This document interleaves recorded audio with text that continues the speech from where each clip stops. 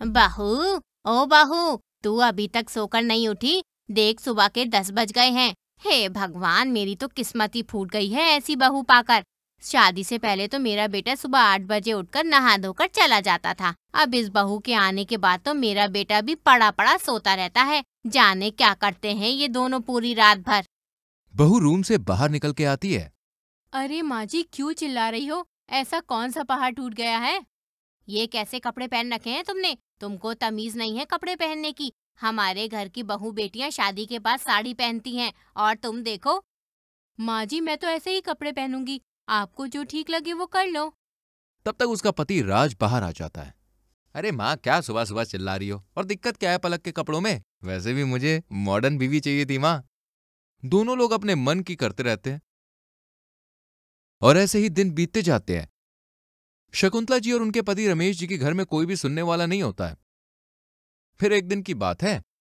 बहू, आज दाल चावल रोटी सब्जी बना ले जरा। तेरे हाथ का खाना कभी ठीक से नसीब ही नहीं हुआ।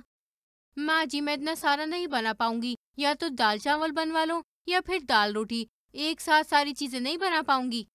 ठीक है बेटा, जैसा तुझे ठीक लगे।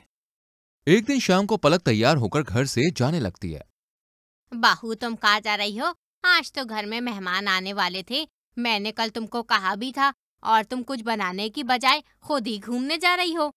ये सब मेरे से नहीं संभाला जाता है माँ जी। ये सब आपका कुनबा है तो आप ही संभालो और मुझसे कोई उम्मीद ना करो। और वो वहां से चली जाती है।